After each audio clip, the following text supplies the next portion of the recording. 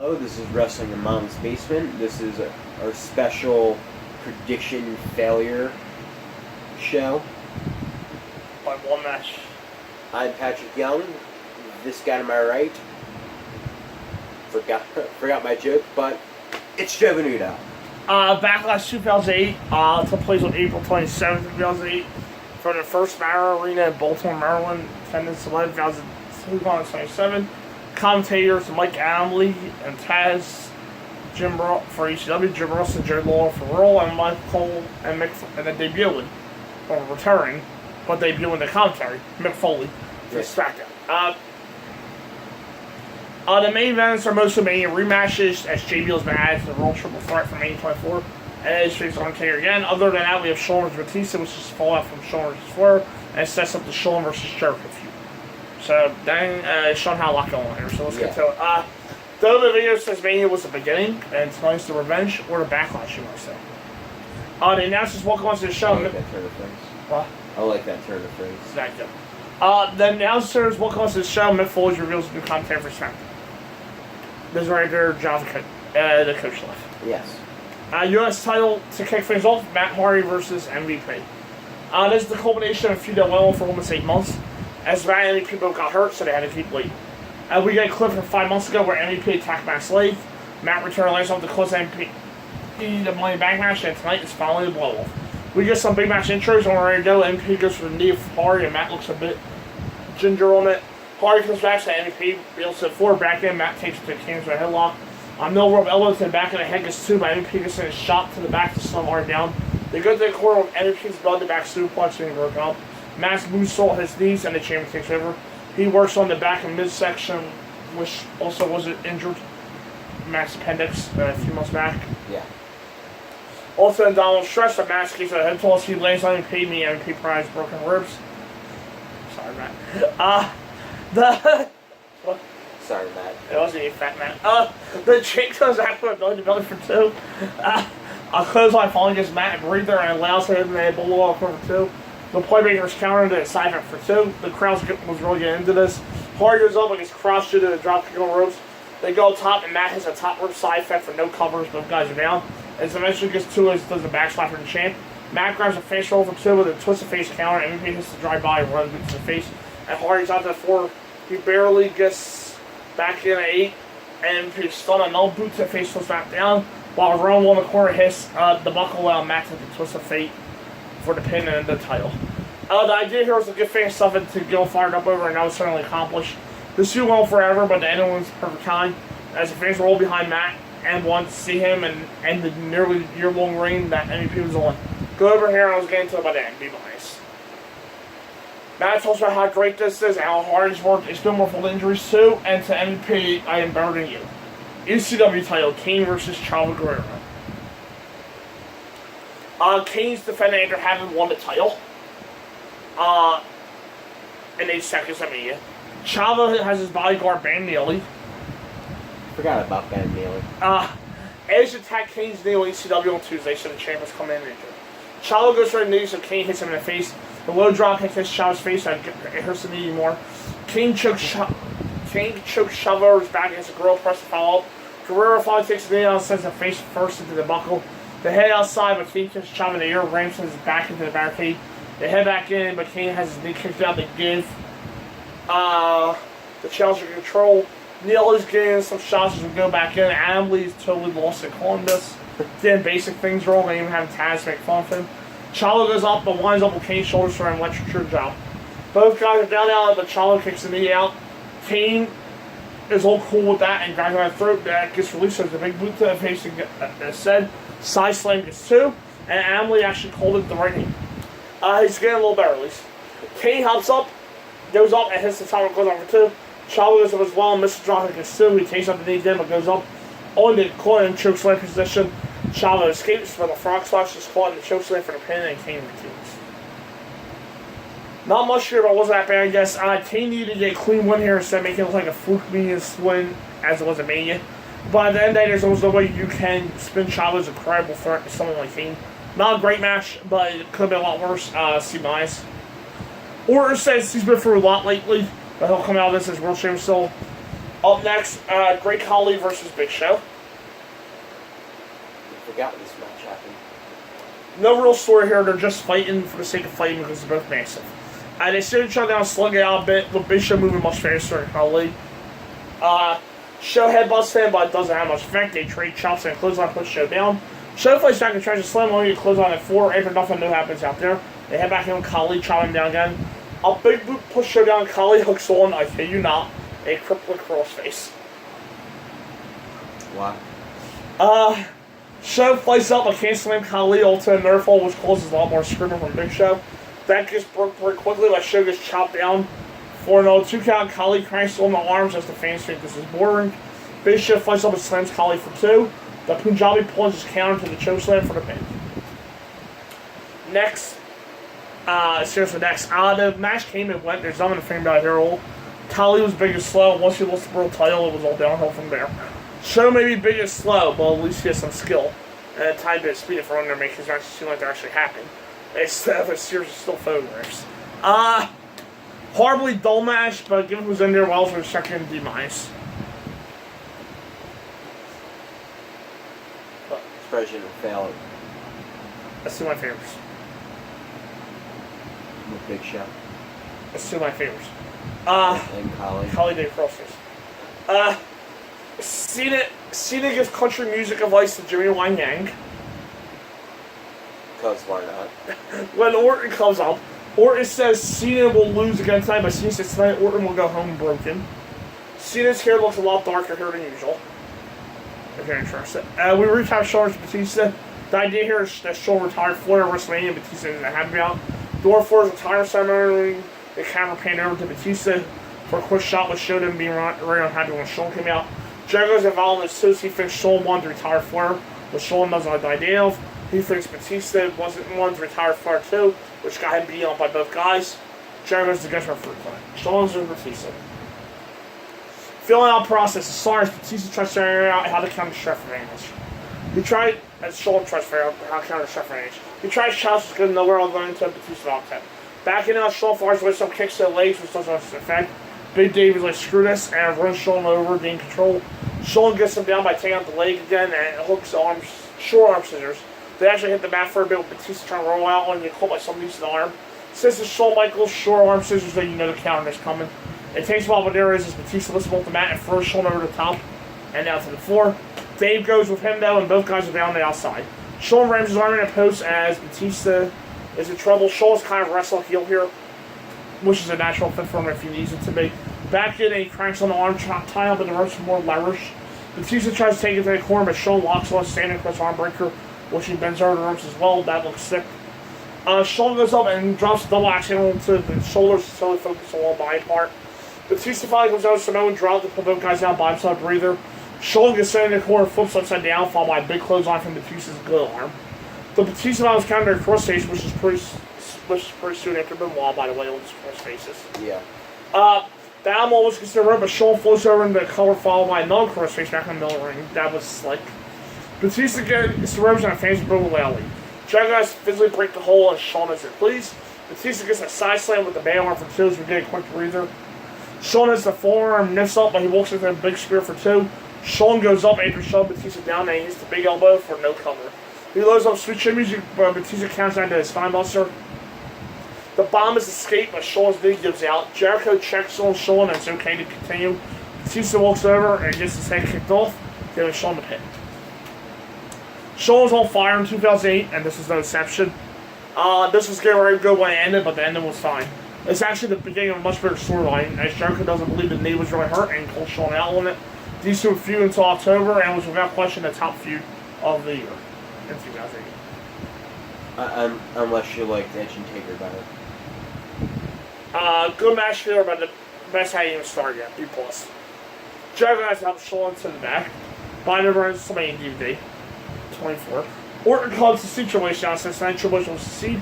Orton says he'll win, but Triple H says probably comes for the full. Up next, Beth Phoenix, Melina, Layla, Jillian Hall, Victoria, and Natalia versus Mickey James, Michelle McCool, Ashley, Cherry, Kelly, and Maria. Mickey won the title from Beth a few weeks ago in a huge upset in England. There's something to be said about putting 12 good-looking women in a single tag match. Overused. And Is that the description for it? Beth with curly hair, looking good. Starts with Michelle, who looks good in black. Beth counters the speed moves and power slams her down for 2. Ulta Molina, who looked gorgeous, who hooks a Bridget front face lock with a choke. Michelle rolls her songs at flip and drops Molina in the face. Ulta the champion, in case you forgot, who is a run down the corner, but Molina tags to Natalia, who is in a black and yellow bodysuit. It's her pay-per-view debut, so it's understandable, I guess. Victoria comes in and misses her shaking moonsault. Mickey hits the Kenziguri and the brawl breaks down the floor.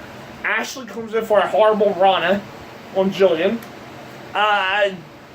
Thankfully, Beth comes in to give her a beating for how bad it was. Ashley escapes the glam slam, I can't tag. Mickey comes in illegally, and the parade finishers begin. After everyone hits something, Beth pins Ashley with a fisherman's buster.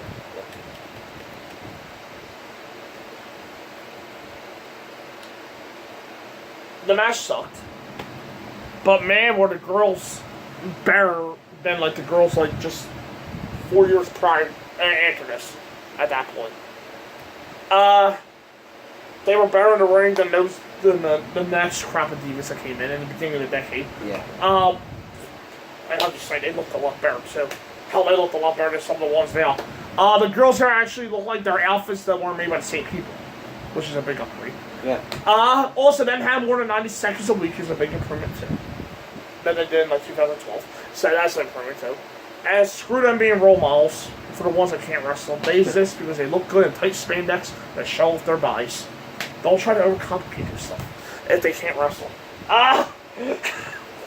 Parts of that were a little bit sexist, Oh, but definitely. we'll go with it. Yes, but no, I'm just going to come out and say it was sexist. We never said this channel was politically correct, so fuck it. Listen, they were hot. If you can't wrestle, At least look don't good doing overcomplicate that. Don't do something that you can't. If they can't wrestle, at least look good doing it. Well, I'm not saying they have to look good because it's not their choice what they look like if they look good. But I mean, they could dress them up in tight spandex. But you don't have to overcomplicate this stuff. Seriously. You don't. Look at Dana now. She's perfectly fine as Tights Worldwide Manager. She looks good in what she's wearing and works for her. Don't overcomplicate this stuff. You make Alicia Fox wrestle when she's around. And that's overcomplicated things. You're making Carmella wrestle. That's really overcomplicated things. She's the free champion. You're not making Lana wrestle no more. And that's what I mean. Keep things simple. Now Lana, like most of the hot girls, aren't completely useless. So she has a role that she could excel at as manager. So there you go. Yes, it's sexist as hell. Yes, we're in the middle of some kind of evolution of woman that Ronda Rousey and Serena Williams started 3 years ago. And the bowling team, or whatever women's team it was. The Women's American Bowling Team, or soccer team, not bowling. Bowling's not that big of a sport worldwide. No, so... It's probably more of a game. So, there you go. Yeah. We recap Edge vs. Undertaker. Edge tapped away the title of Mania. SSCS and felt ever since Vicky corrupt the Florida figure number 847 has tapped the deck against Taker by making him have 4 matches while Edge is basically a month off. SmackDown World title Edge vs. Undertaker. Taker actually says to Edge during the Big Match Century, so I'm going to hurt. Edge gets turned into a 4-star and Edge run over by a shoulder block. It's still in the feeling up here. Taker charges into a boot and gets closed on down as Edge takes over for the first time. And never mind, Edge gets turned in the corner. Taker pounds away even more. Taker cranks on the arm and sends the shoulder into the buckle. The champ was a old school, but Edge reaches the eyes to escape. Taker gets closed on the floor and baseball slides, sends Taker into the barricade. Edge dives off the apron, but is usually caught and ran into the post. That's similar to what Kane did earlier, so maybe it runs in the family. The champion pounds him down some more and drops a leg on the apron, but hurts Taker's bad back. Back in the ring, a slamming leg drop with 2, brother. What might have been a tombstone's counter to the Edge back for 2. With Taker in the corner, Edge gets a spear to the back for 2. Edge hooks the body scissors and Taker's getting ticked off. The dead man pounds away Edge's face and escape, but Edge just a drop kick to the back to come down again. Another baseball slide, plus Taker on the floor, and we head outside for another bit. That goes nowhere, so we head back inside for a Canadian Camel Clutch. Taker fights out of that by standing up, but Edge hooks him on by scissors. And right back into the Camel Clutch. That gets broken up exactly the same way, and double clothesline puts both guys down. Now double big boot puts both guys down in case you're a leg man instead of an arm man. Taker was a slug out mount to the face light, and big boot puts Edge down again. A rolling core clothesline his Edge, and a snake eyes into the big boot, and elbow drop is Sue, and Taker's getting a bit gassed. Old school's broken up again. Edge comes on in the corner, that will be because he's an idiot, in case you're wondering. Taker gets in a last right position, but Edge thinks and climbs down as no one else is told to do that. Taker shoves them off and tries to top rope elbow. I see him do that. I've never seen him do that ever. But Edge moves against Sue. The challenger rolls to the floor and drives the belt, but Taker grabs the top rope elbow. Yeah. I believe he actually tried it with. He would try it again later with Shawn at WrestleMania 25. Okay. I believe he goes for the elbow drop there. Edge rolls to the floor, grabs the belt, but Taker grabs the chokeslam. Edge counts as well, this time the Russian leg sweep for 2. Edge goes up again, but gets chokeslam down for a delayed 2. The tombstones counters, Edge grabs the ropes. He pulls on him so hard that the buckle comes off. Taker gets ran back first into it, but manages the last try attempt anyway. Kurt Hulk is on the Edge heads, runs in and hits Taker with the belt, but that one gets through as well. The Spears counter to DDT for 2. The chokeslam is banned in because of Zack Ryder interference. Man, that'll be different today. So Taker out for the last try again. Edge rolls through into a roll up, but Taker grabs Hell's Gate for a tap out to retain and a sweet finishing sequence. I was thinking this one, it was the kind of interference filled match that I actually expected at Mania, but he didn't quite get. The Mania match is better due to the atmosphere and the significance of the win, but this was still a solid match. Both guys showing some solid chemistry together. Edge will eventually get the title back, and will of course be another good match. This was our match at 9 though, A-. Taker doesn't let go of the hold for a while. Vicky has to come down, and the horror of her running after being in a wheelchair makes Taker let go. Edge gets wheeled out on structure. Orton goes up to see JBL. When Punk pops up, he holds up the money back case and says, "Go up tonight." Cena and Triple H combined for over 80% of the 4-person poll of the main event. We retied the main event. Basically, it was a triple threat. Orton defending a Triple H Mania with JBL thrown in. This gets the music video treatment. Roll World Title, John Cena versus Randy Orton versus Triple H with John Brash Layfield. This is no DQ. And no count out with elimination rules. Triple H gets a big pop, but Cena gets a mixed yet loud reaction.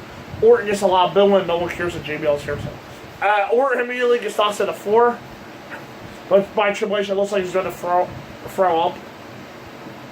JBL jumps Cena, but Triple H has his mind gets and focusing on his own. Orton is still high on the floor, so Cena takes him down. JBL knocks Cena on the apron and wants to announce table with a loud landing. Orton and JBL beat Triple H in the ring. With the game being in trouble, he comes out with a double clothesline and sends JBL to the floor. Orton's shoulder hits the post, and Triple H goes to the floor. He sends JBL to the steps and loads on the pedigree, but JBL escapes. Cena hits the throwback on Orton, followed by the top rope famous into the SCFU. JBL comes back in and sets to break it up, then realizes there's no reason to do so, and tells Orton to tap. Triple H grabs JBL, puts him in a crossface right in front of Orton, who's still in the SCFU. JBL pokes Cena in the eye for some reason, which breaks the SCFU. Allow Orton to shout JBL to tap and fight a bit. Cena knocks Orton into Triple H and JBL, breaking the crossface. Orton throws Cena to the floor again, but JBL comes straining down for 2. Orton comes back. Well, a clothesline goes up, but gets crushed. JBL loads up a superplex, and JBL Cena making a Tower of Doom. Cena in the game slung out until Cena hits a release fireman suplex for 2. Powerbomb takes Triple H down again, but the shuffle is broken by his Spinebuster. Triple H loads up the pedigree, but JBL tries for a clothesline for some reason. That results in an FU for him, followed by the SCFU for a tap. We're down to 3, but Orton immediately punts Cena for the pin, and we're down to 2. So it's Orton versus Triple H in a 1-1 match for the title. Triple H starts at the 4 where Orton lands with a thud. Randy goes to the table and Triple H goes into the steps, meaning a Vanished champion. Orton launches into the barricade into the crowd. A suplex brings Triple H back to ringside and Orton poses a bit. Orton stops with Triple H back in the ring and poses some more before turning for 2. Triple H tries to come back and walks into the backbreaker for a non-mirror fall. We hit the chin lock for a while, but Triple H knocks out of it. Orton takes him down again, this time with the power slam for 2. The RKO is countered and they slug out. Triple H just a high knee, both guys down again. Facebuster gets 2 for the game. He clotheslines Orton to the floor and throws on the announce table. Orton comes down by said Triple H on the barricade and loads up a pile driver on the steps, but that gets countered instead. Back inside and a Spinebuster puts the Orton down again. The pedigree is countered as the RKO, and as is the RKO, the referee goes down. The RKO hits out of nowhere with a slow cover on the Sue. The punt is counted to pay for the pin, and the title for Triple H. The match was good, although you could pretty easily write out Cena and JBL and had the same thing. They added a bit of a more than hated match was the one-on-one stuff. That being said, it's probably the best match Orton and Triple H ever had. And it's certainly better than the main event they will have next year. Not class or anything but close on before below main event is very fine, A-. Overall, B+. The show's a masterpiece or anything, but almost all the matches are good, save for one, which is relatively short. Another reason why I didn't feel Bishop and Collie. That's a pretty solid show all around. Good stuff here, but the year will continue uphill a bit, especially on the SmackDown side. But some feuds will get driven into the ground in 08. Yeah.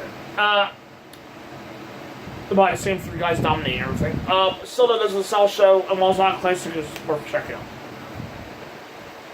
B+ right inside. Yeah. That'll do it for this week. We'll be back next Saturday for the podcast. Right? Yeah. Yeah, next Saturday. Mm-hmm. Not Friday. So the videos will be a day behind. On Saturday, we'll be filming. Saturday morning, we'll film. And then Saturday, will be a House of Hardcore. Yes. We may be the only people at House of Hardcore. Based off the ticket sales right now. Yeah, there's still a lot of seats available. Yeah, if you're in Philly, there's still one for one person in the front row. Yes. There's still single seats for the front row. Otherwise, the second row is good if you have two or more. Yeah. They're still selling second row seats. Exactly. Stuff with stupid Wizard World. That only draws like 5,000 people now. But I'm done for this edition. Catch us on Twitter at the Pagano 205, the Joe 205, at WrestleIB. It's Twitter at Extraordinary. Instagram, whatever the hell, we're going to start using Instagram for WrestleIB. Yes. Pat. I run the Twitter. Twitter. The Twitter?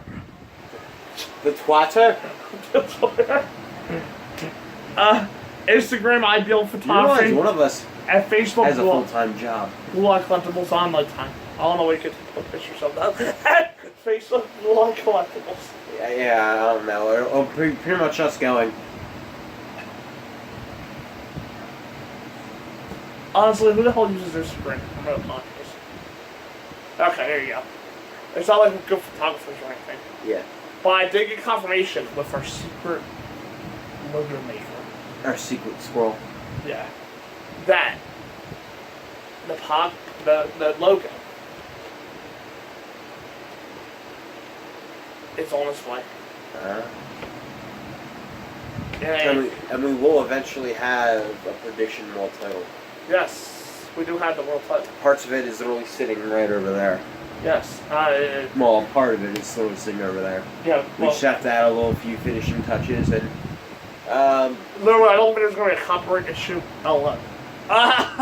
Yeah, it's true. There's a lot of logos. But we wanted to make it our own for when I win at WrestleMania 35. Real quick.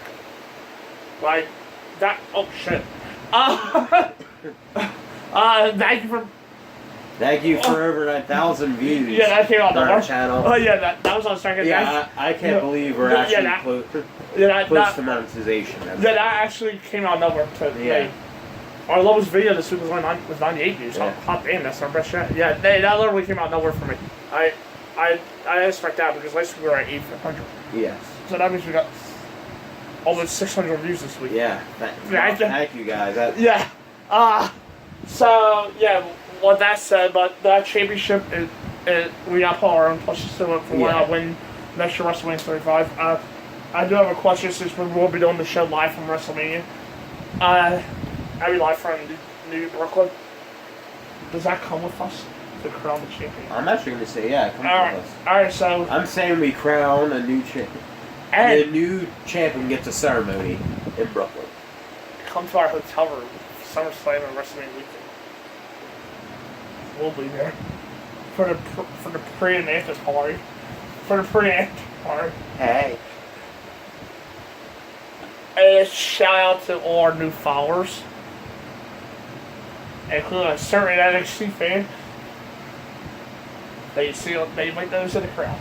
Yes. No, not Izzy. No, not Izzy. So thank you. Ania. She's the follower of the week that I really recognize. Yes. No offense to the rest of you, but thank you for following us. On Twitter, we're like, I know we're like over 1700, like 1724, I think. Yeah. So thank you for that too. But seriously, that 9,000 was a legit surprise. I didn't check that out all this week. Yeah. So to know that we got almost 600 views this week, and I'm pretty sure that was our best weekend. Probably. Yeah, because last week we were below 8,500, and now we're at 9,000. Mm-hmm. Hot damn. Oh crap! I gotta start acting more professional. Oh God, we're gonna actually have to do something with the Instagram account. Suit and tie. We got weird filming the shows. I think. No, I think just us in our wrestling shirts. Alright, just out there. But I'll pull up a poll. Well, I mean, we're still in a basement. Come on, we can't work. A finished basement. We're still in a basement. We could never get out of a basement though. No, we're always going to be in the basement. Yes, because they're not the name of our podcast. Will really ruin the atmosphere for people. The ambiance of this basement. If we move out of this basement, we would have to go to another basement. Right. Except for when we're in the hotel room, we're not going to go to the hotel's basement. Yeah. Other than that. I mean, even in those episodes, I'd only named it Wrestling on Holiday Inn. Yeah. Because it wasn't Mom's basement anymore. It was Mom's hotel. Yes. Well, it wasn't Mom's hotel. We don't own the Holiday Inn Express in this house. No. Then this house is like a Holiday Inn Express, but that's another story for another podcast. Yeah. So. However, if I ask for it, this place will have a lid for the ice bucket. And that, I think that story was told on the podcast. Probably. Along with the drunk girls in Brooklyn. Yes. And then we're in an elevator before the lid for the ice bucket. Yeah. So. and the man and his, I'll admit it, his hot drunk daughters was trying to add me into their conversation. Yeah, so that was all the and that was only on the first night. And we're gonna be in Brooklyn for over the next year, like 10 days. Yeah, 10 days. Yeah, for 6 days in April for WrestleMania, and the usual 4, and then the usual 5 days in SummerSlam. So 11 days. Yeah, okay. So we'll have lost stories. But now for the 9,000 and the views.